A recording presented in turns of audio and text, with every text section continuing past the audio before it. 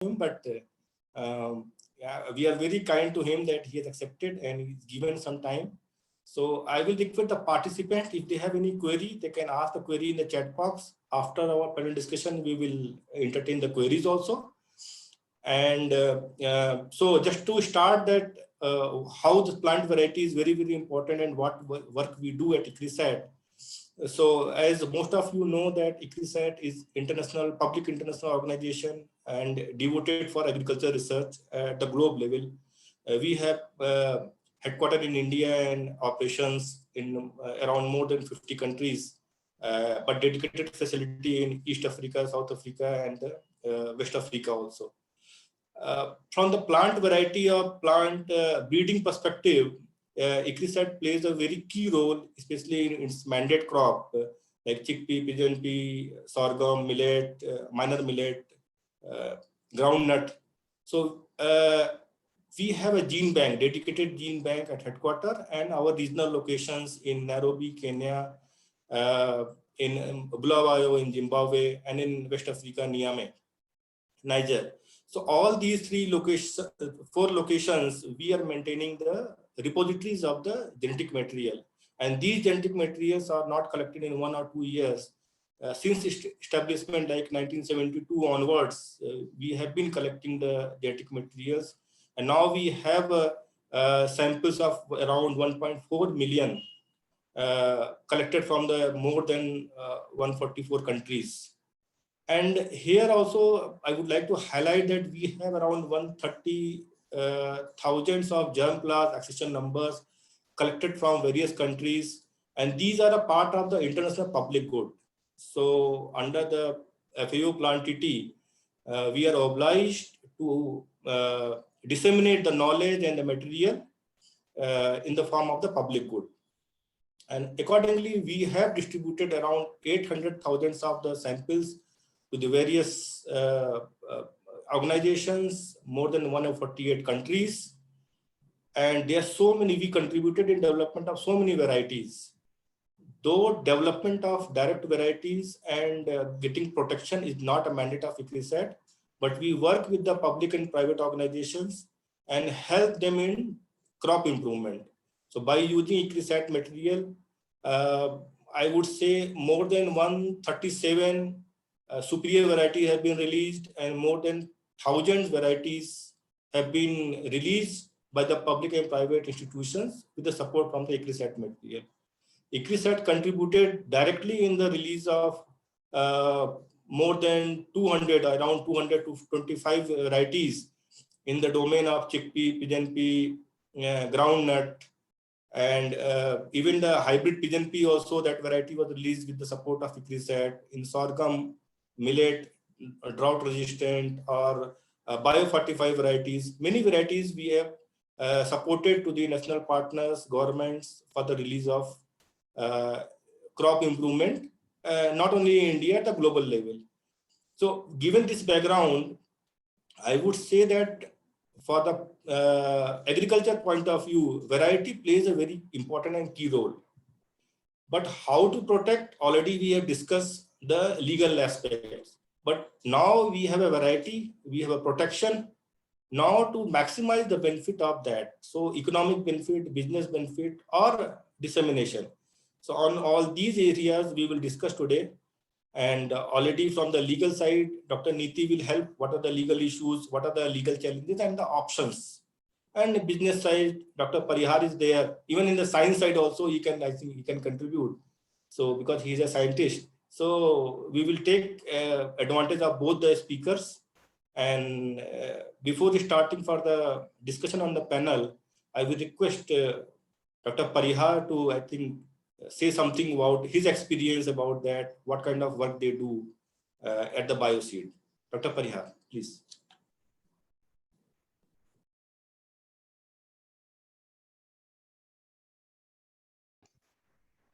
Thank you, Suryamani.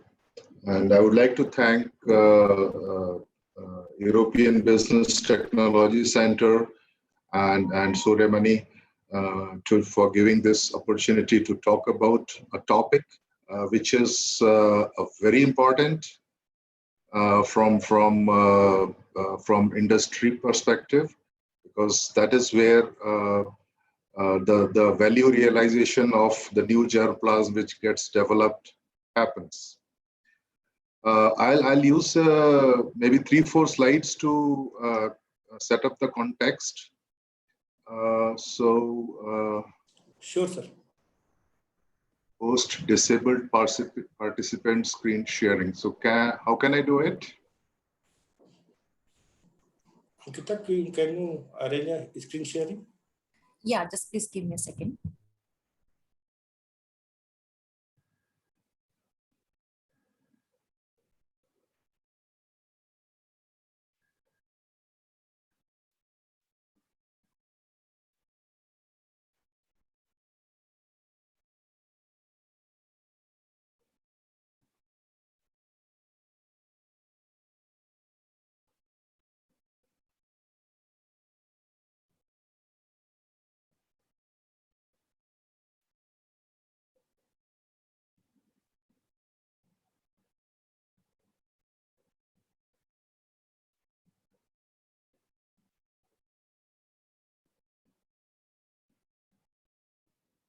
Dr. Parihar, please try. Yeah.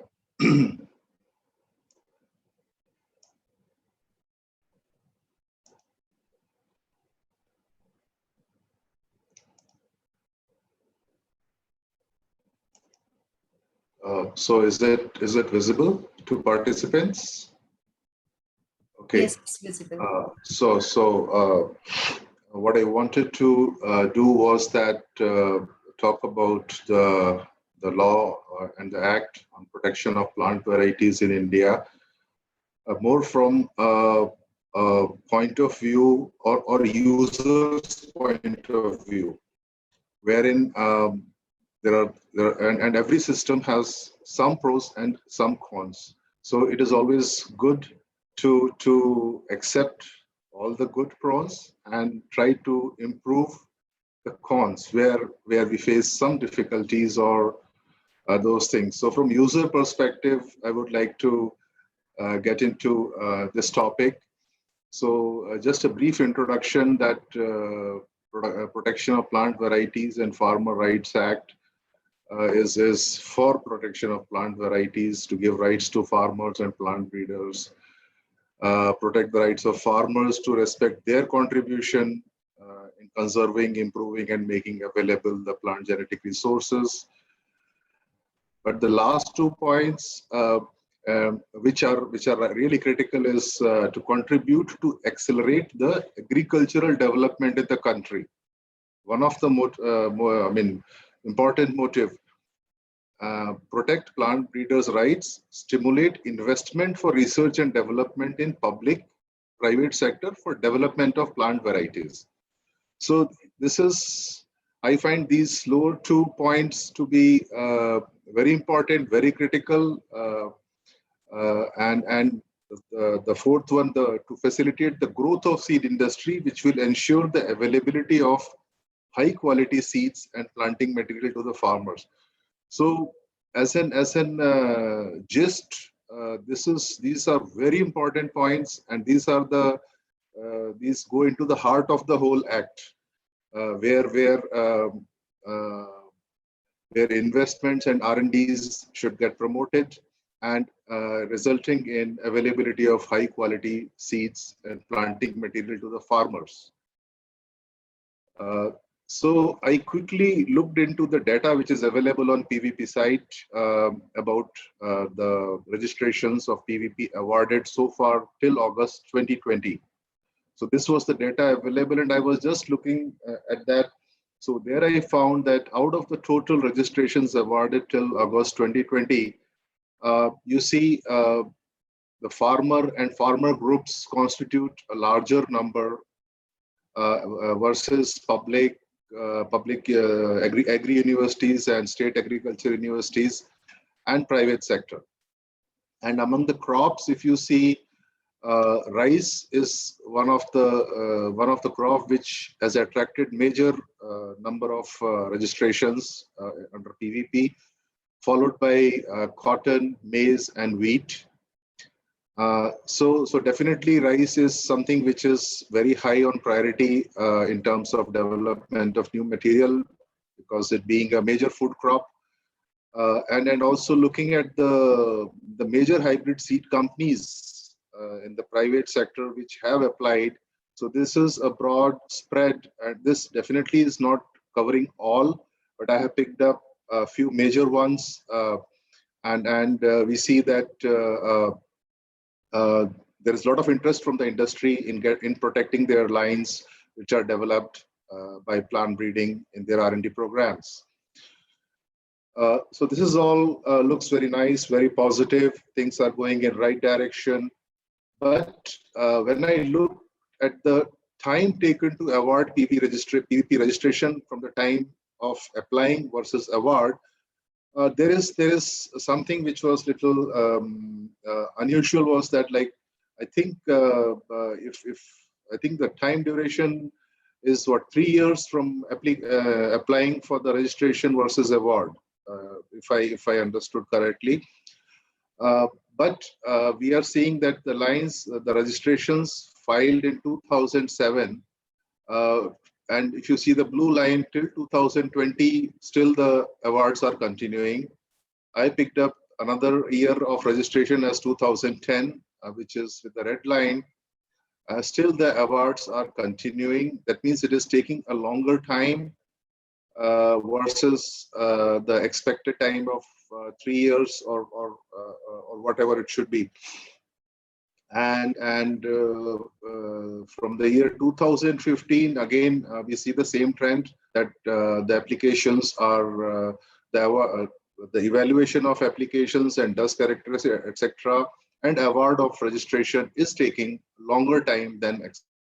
This is one area where I was thinking of highlighting. The time duration is something which needs to be looked at, and I don't know what are the possible reasons, but definitely this is something which requires attention. Coming to the product development and commercial environment, I will throw a little light on that. Is that in the R&D development of new or novel genetics through combination of nowadays through combination of plant breeding and modern biotechnology, for development of superior hybrids is a long drawn process which requires 7 to 8 years or more. So that is the time duration we are talking about development of the novel genetics, which will lead to development of better hybrids. And this whole process requires high investments in R&D programs and downstream processes like product testing, which is again takes for 3 to 4 years, and then managing the supply chain, which includes the production, etc.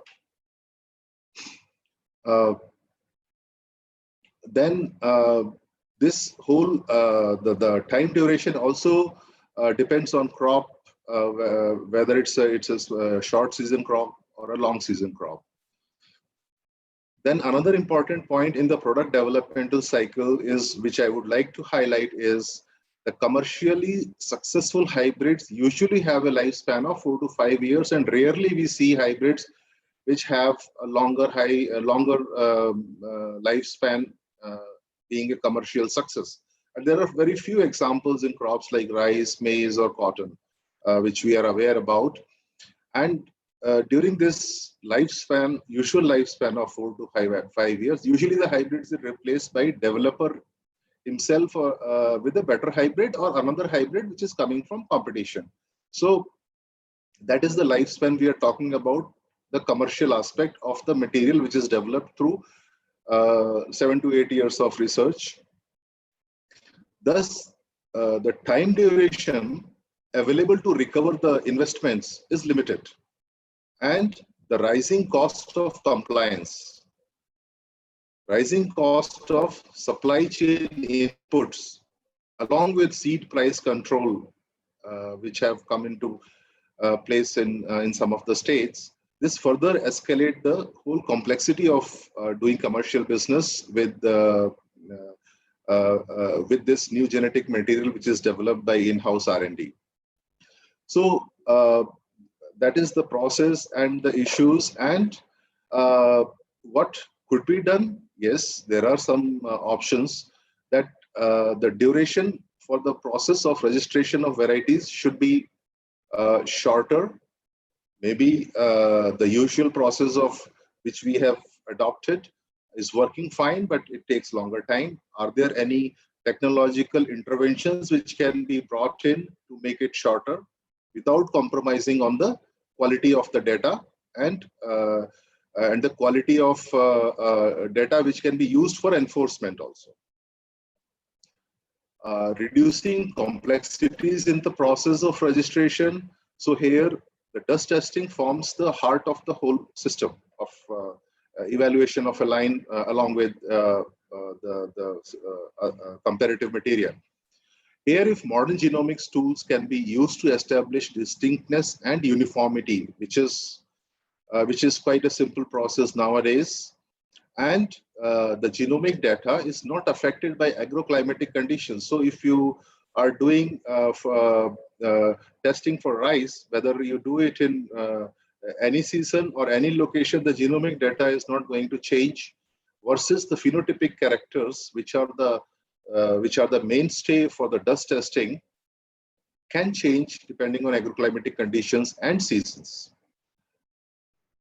And of course, the standardized and predictable process, which is an essential for the practitioners of this PVP.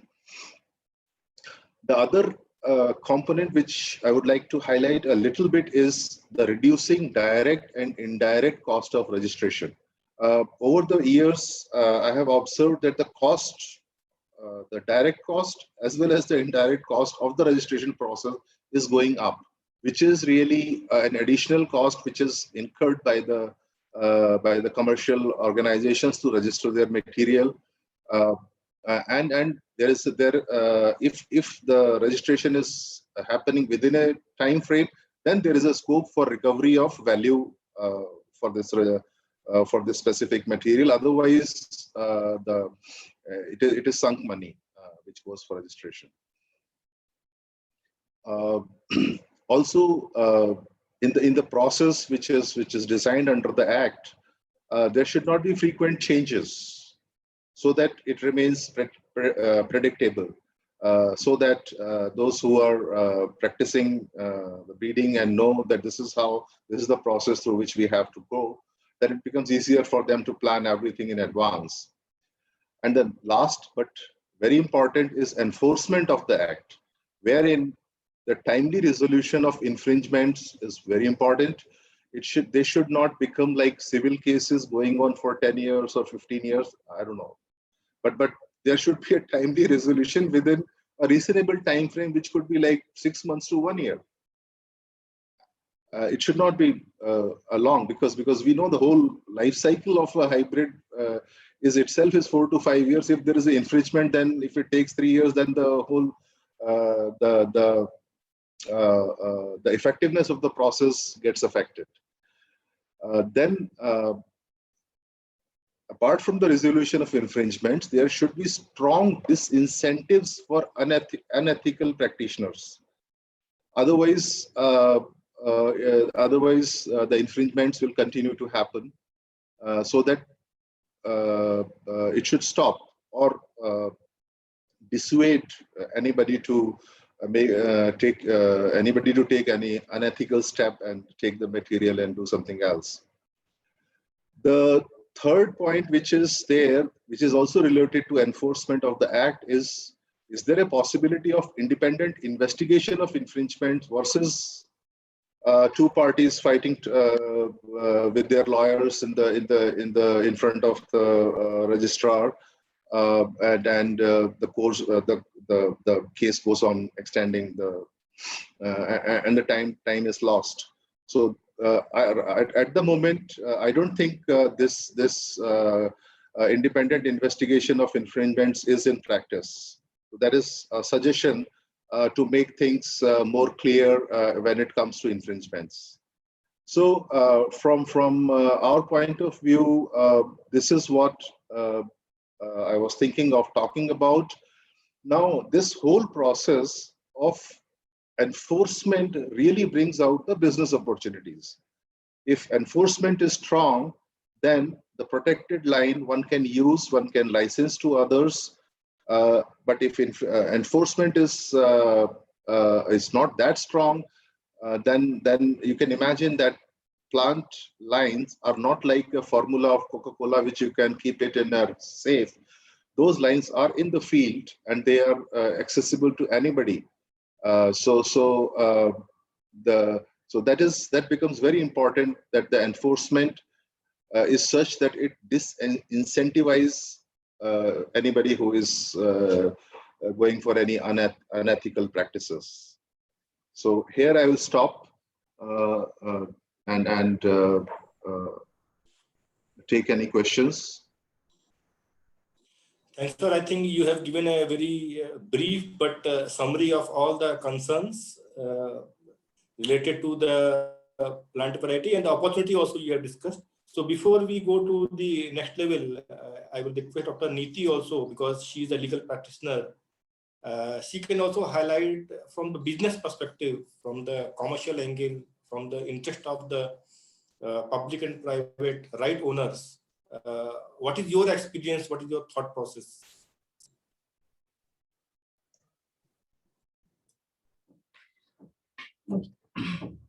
Thank you, Dr. Tripathi.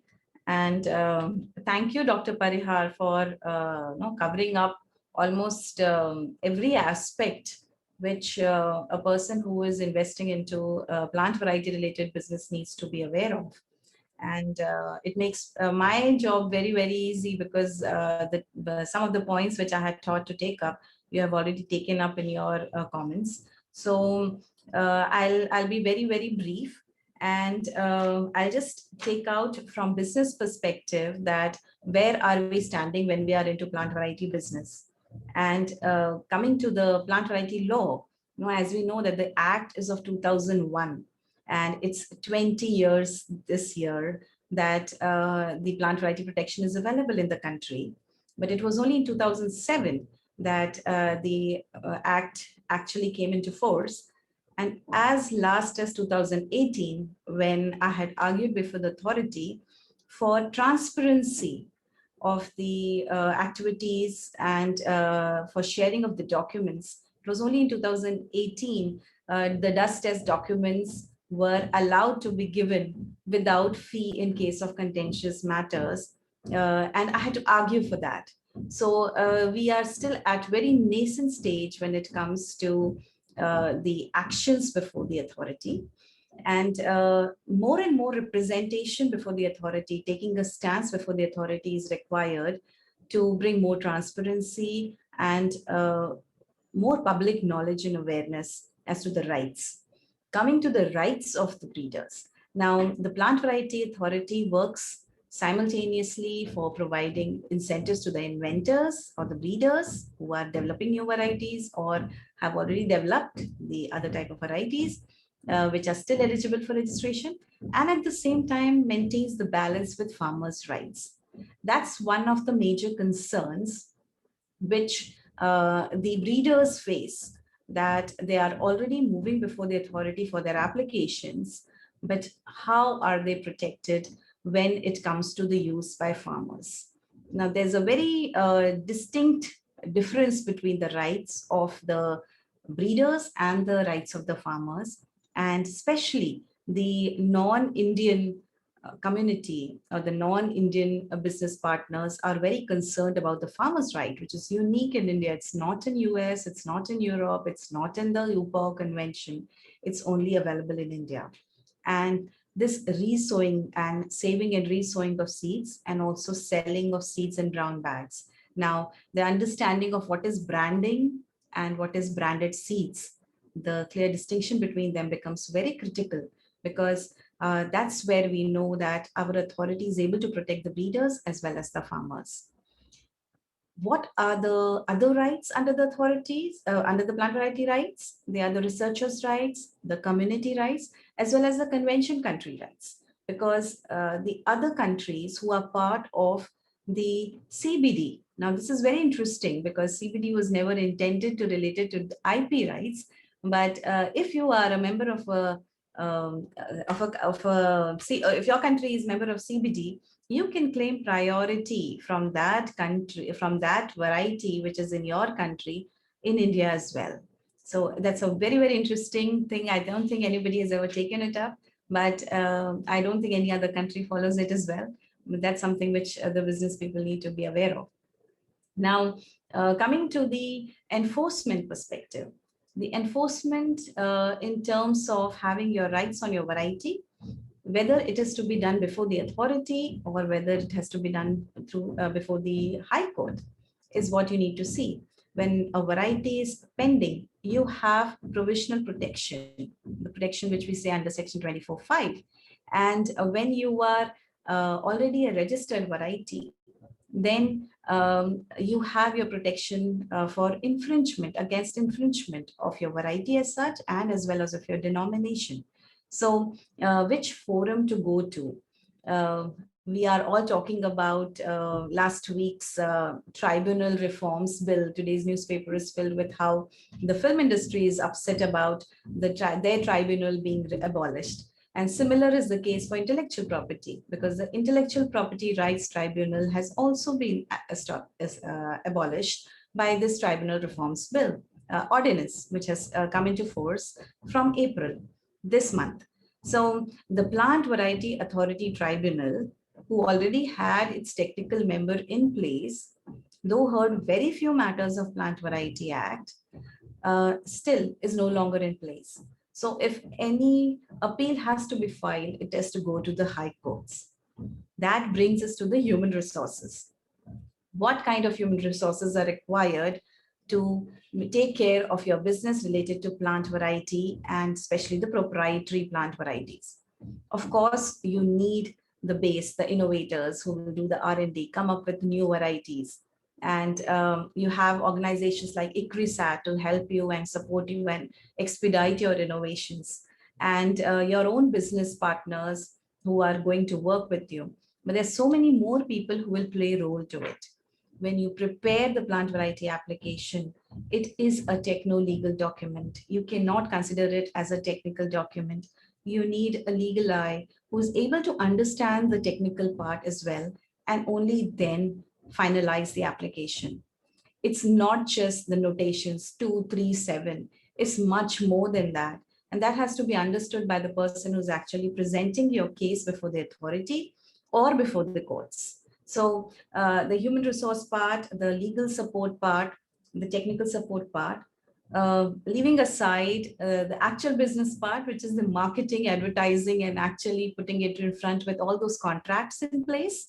Because you will be having contractual farmers, you will be having your marketing associates, you would be having people who would be going and disclosing your new products, and also trying to liaison with other seed companies to come up with further contracts and certain mergers. Bioseed is an example where there were entities which passed on all the material from one entity to another entity, and they had to face this question before the authority whether they actually own it just because of this transfer. So all your contracts become very important as well. So you need contractual lawyers also. You need it to be vetted properly and thoroughly. Then one more point is that which variety are you going to protect? Now, I'm not talking about new varieties or extant varieties, or even coming to the hybrid varieties, the notification of 1 of 2019, which says that hybrids need to come with the parental lines. These are all basic issues. But which varieties are actually you're going to protect and enforce? Protection one side and enforcement another side. It's completely a business decision, because there are huge costs involved. As Dr. Parihar rightly said, that direct as well as indirect cost. The cost related to the protection itself are high. If you are a business entity, you are paying 50,000 as dust fee, approximate, I'm saying, because it varies from 20 to 50 depending on which crop species out of the 161 crops which are currently eligible to be registered in India. How much are you going to pay for the maintenance fee before the authority? Because you have to pay an annual fee. The annual fee is not less. Annual fee is a fixed fee, along with 0.2% or 0.1% of the revenue that you generate, along with a certain percentage of the royalty that you get. So that maintenance fee is also not very less. In fact, I was just checking the annual report of 2019 and 20, and the maintenance fee, the renewal fee related, renewal plus this annual fee comes together of 65 crores, which have been paid to the authority in 1 year for renewal. And considering that suppose it is 0.1%, that means 65 crores of revenue was generated by Plant Variety. It's a huge business. So you need to know that which variety to be used. And finally, coming to commercialization, you have to see not just plant variety law, not just other IP law. You have to see of all the other different laws which are in place when you put your variety in market, and then assess its business potential. In India, you have special laws related to biological diversity. And there are several other laws related to export. So all of them come together and have to be taken in toto when you are talking of business, doing business in the plant variety sector in India. I think that's mainly I wanted to cover in the first section. Thank you, Dr. Tripathi. Thank you, Dr. Niti. I think you have completed the whole scenario. Dr. Parihar has given the concern and opportunities, and you have given the legal angle. What are the legal due diligence or the requirements, and what are the challenges, and how the things are changing. Like you have mentioned about the this reform in the tribunals, and I also came to know a few days back that all IP tribunals, whether it's IPAB, patents, plant variety, copyright, all they have abolished. So what are the remedies? Now everybody has to go to the High Court, which is already filled with the cases. So now the cost and the time, again, it will go for the getting the enforcement or remedy. Anyway, I think this is a process, a judicial process. This will go on. But our role today is that give information as much as possible. So again, I will go back to Dr. Parihar. Dr. Parihar, we would like to understand from your side that when you are starting your any R&D program, research, these IP rights, not only this PVP, other IP rights, how it facilitate or restricts in your doing this. So we will start from the R&D and then see how we can go to next level. Well, in our country, the IP rights is one component. I don't know whether I should bring this another angle to the research being affected, because this is not the forum for that. But I'll briefly mention about the National Biodiversity Act, which actually impedes a lot the R&D activity with material, with plant material. So accessing the material because for crop breeding, recombinant breeding, you need new variability. You have to keep adding new variability, and to access that new variability, then the biodiversity comes into picture, and for every step you need their approval. So that is one area which I will put it aside right now. I just mentioned that. I'll put it aside for the presentation. And what I will say is that for a company like Bioseed, if we are accessing a line from ICRISAT or from DRR or from maize research or CEMIT, we always go for the licensing norms which are constituted by that institute. So that is a very simple, straightforward process that if you want to use our material, this is the initial fee you have to pay, and if you commercialize it, this is the component of royalty or whatever needs to be paid, which is usually the agreements which we have.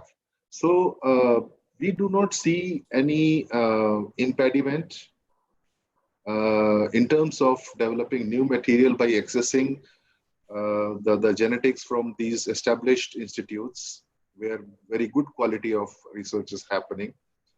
Apart from that, what we do in-house, wherein the material accessed through all the legal means, the right process by signing the agreements, that is also used in in-house breeding, which is not restricted in these agreements. So you can use that material for in-house breeding and develop novel genetics.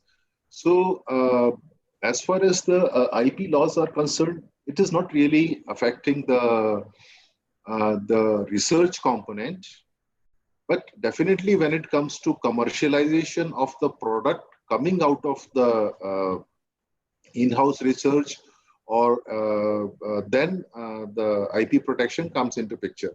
Now, as Neeti mentioned, that this is a expensive process. We all know that, and expensive plus time-consuming process. So, industry or as an organization, then a call is taken what needs to be protected and what need not be protected. So it's not that everything that gets developed goes for protection. No, it's all case by case. It is decided within the organization. Yeah, this material we need to protect, and this need not be, because anyways the hybrid will have a life cycle of 4 to 5 years. By the time we get registration, it will already be its life will be over. So there is no point in going for it. So these are the things which I think answers your question related to. Yeah. Thanks, Dr. Parihar. Dr. Niti, again, I will come back to you. So generally, we see that with researchers, when they transfer the material between the institutions, they go by the material transfer agreement, and there are certain issues in the material transfer agreement. And like organization like ICRI said, we also follow the FAOTT SMTA, Standard Material Transfer Agreement, for exchange of material, because that is a mandate of the institution. So from legal perspective, what is your advice to researchers or any industry if they are accessing material or distributing material? What kind of, along with the biodiversity, definitely biodiversity, we are planning to conduct a separate session on that. In addition to biodiversity laws or issues, what other kinds of issues or legal issues should be kept in mind? I believe that, as Dr. Parihar also mentioned, that the Biological Diversity Act becomes one of the prime concerns when you are transferring any biological resource. And India is still working on its regulations, and recently the draft regulations of 2019 are still pending. So that is something the regulatory team of any business entity should be having in its checklist for the first thing. As a lawyer, the first thing which I would always recommend when we are talking about material transfer is ownership issues. You know, it's always said that yes, it belongs to me, but does it belong to you on paper? People may know that it is your variety. It may already be in market, well know that it is from this company, but the proper recordal is required. And that's why the correct due diligence before any material transfer is done is the ownership, not just of the material, not just of the IP certifications, as well as the actual possession of the material. And with the material here, when we talk of biological resource material, we are not talking only of seeds, we are not talking only of leaves or fruits, we are talking even of digital sequence information. So anything which is getting transferred, and especially under the Biodiversity Act, if anything is getting transferred outside India, you need to assess it thoroughly for ownership and compliance permissions that your regulatory team has taken and got it vetted.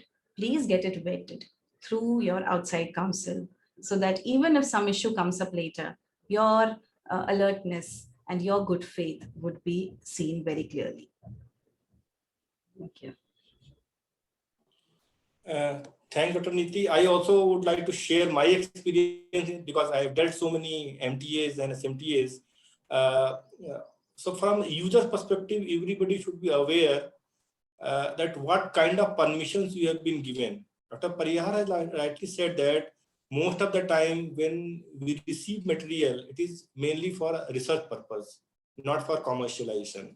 So if anybody is planning to go for a commercialization or business related activities, before going for that, they should check the conditions mentioned in the MTAs, whether are you allowed or not.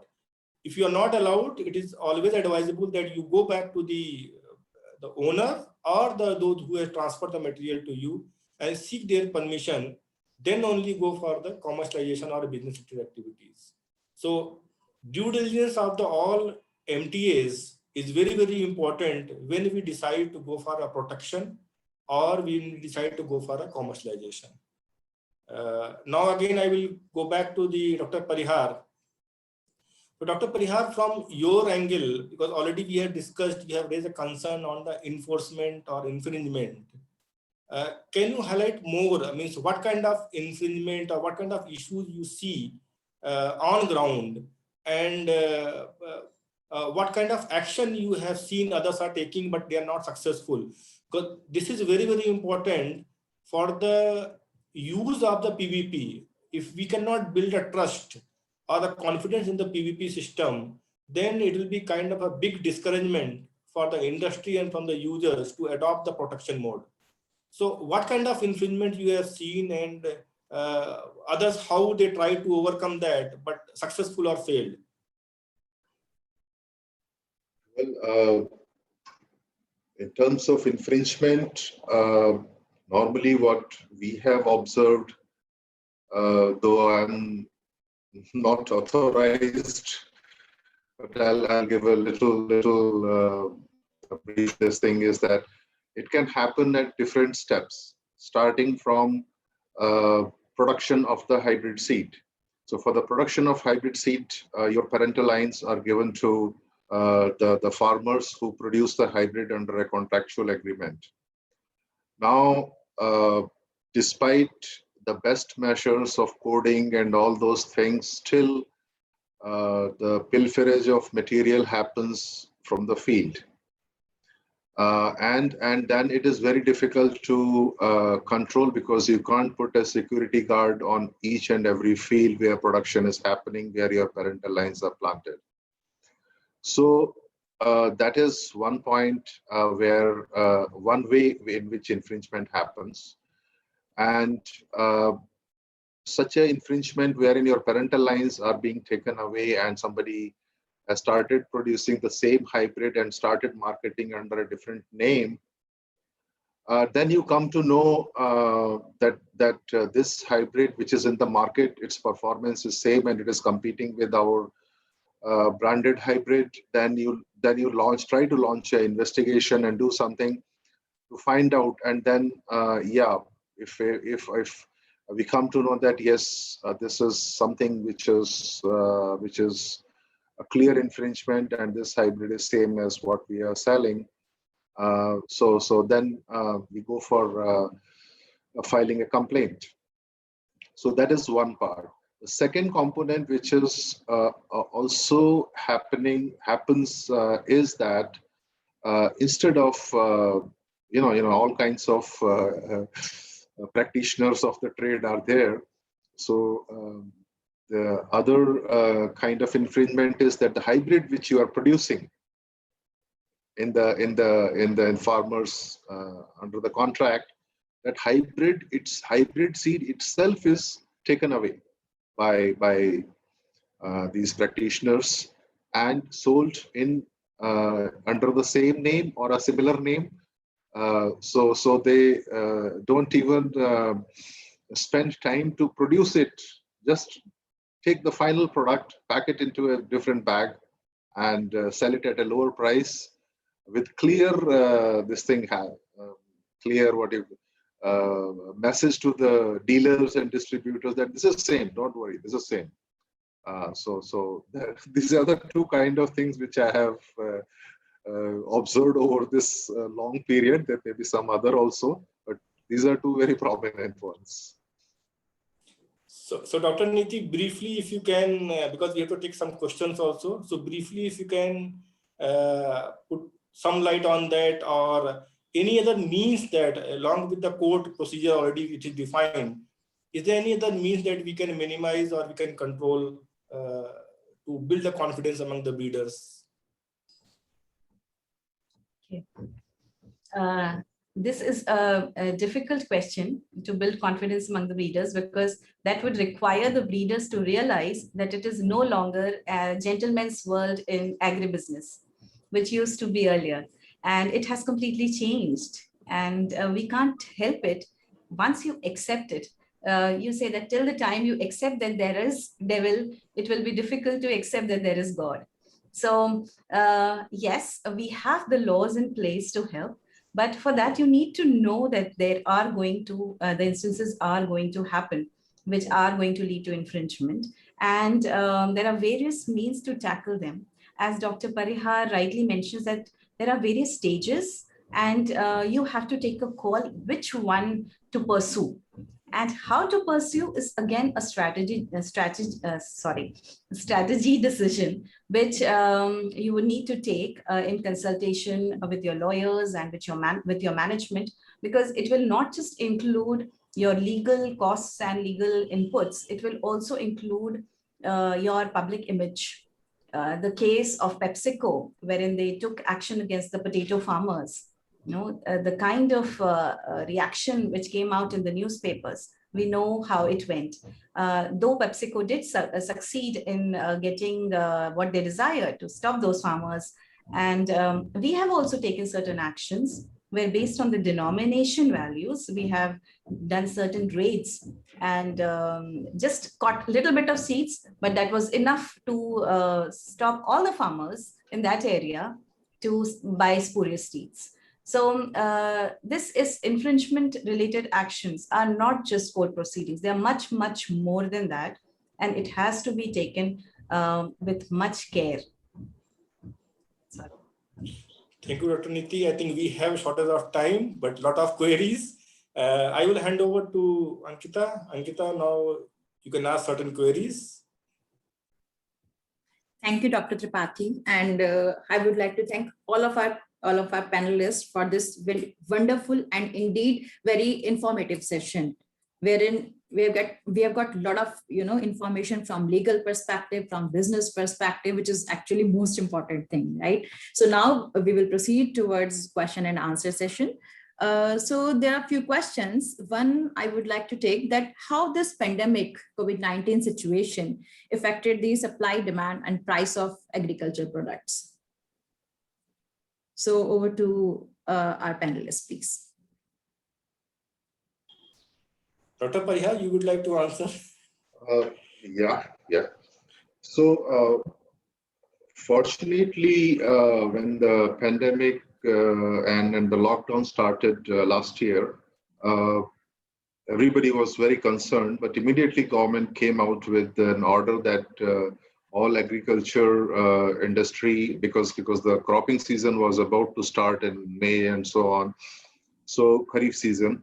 So industry was allowed to function with due protection measures, and all the trucks, because seed is transported from processing plant to all the places throughout the country for distribution.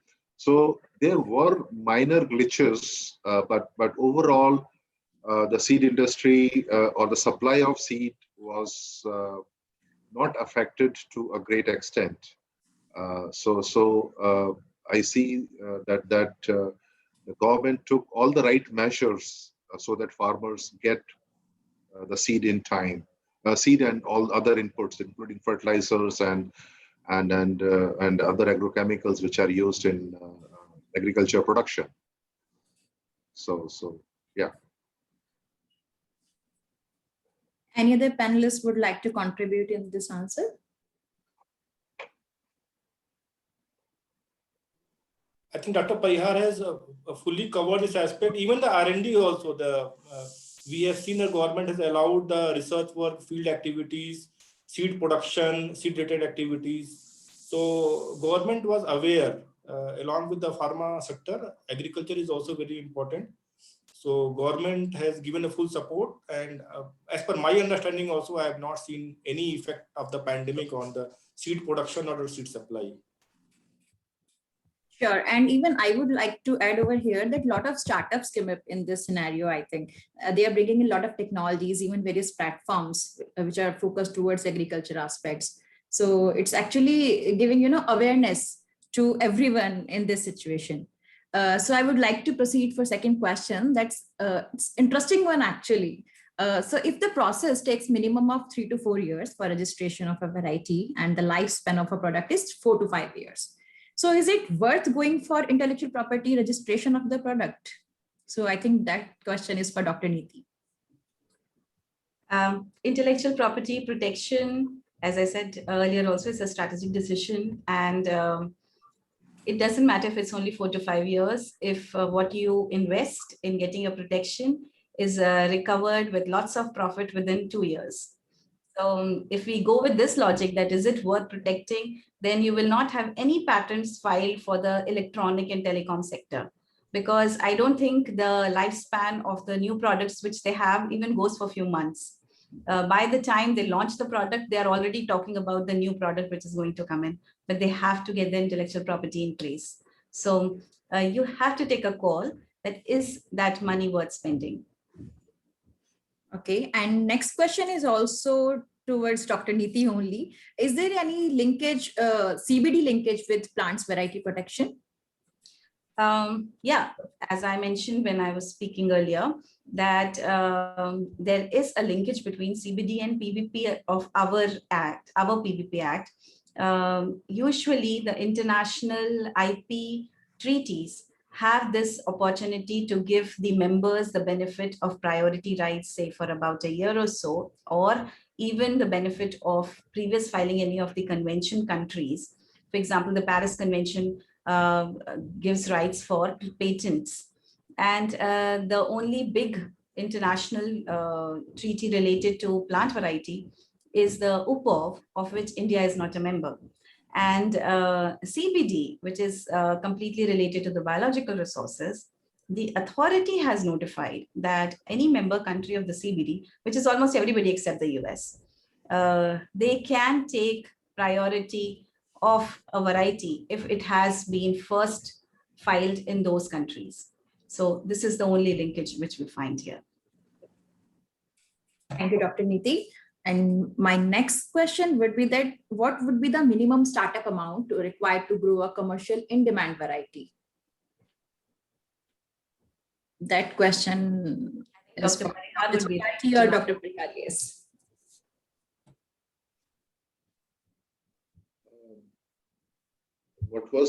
Can you please repeat the question? Sure. So what would be the minimum startup amount required to grow a commercial in-demand variety? Well, well, it depends on what are the geographies one want to cover. Normally, varieties are grown in specific areas. So, because those areas are favorable for those varieties. So, if your variety is very popular in 2,000 acres in Madhya Pradesh, and then to set up the whole process to cater to this this much of area, one can do a back calculation. So, but the major expense, because it is just multiplication of the variety, processing and selling. There is no R&D cost to it. So there will be investment in processing plant, or one can hire a processing facility for a certain duration. In that case, the major cost will be the production, pure production of the variety in the farmer's field, which one can calculate based on the crop and the inputs. So ideally, I don't think it will be more than, as a startup, it will be more than maybe 2 to 3 crores, not more than that, to get started with all the systems in place to provide quality seed of that variety to the farmer, because quality becomes very critical when you are into varieties. for the farmers to have an acceptability and repeat demand. Thank you, Dr. Parihar. And due to time constraint, because this is now end of this session, so if there are more questions, so we'll try to answer all of your questions through email as well, and you can contact us as well. And I would like to thank you everyone, to our listeners, to our audience, and to our all panelists. And I would hand over for your thank you remarks to all panelists, please. So let's start with Dr. Parihar. Well, it was an interesting topic, and I got an opportunity to talk about. So I thank the organizers for this opportunity to bring a different perspective.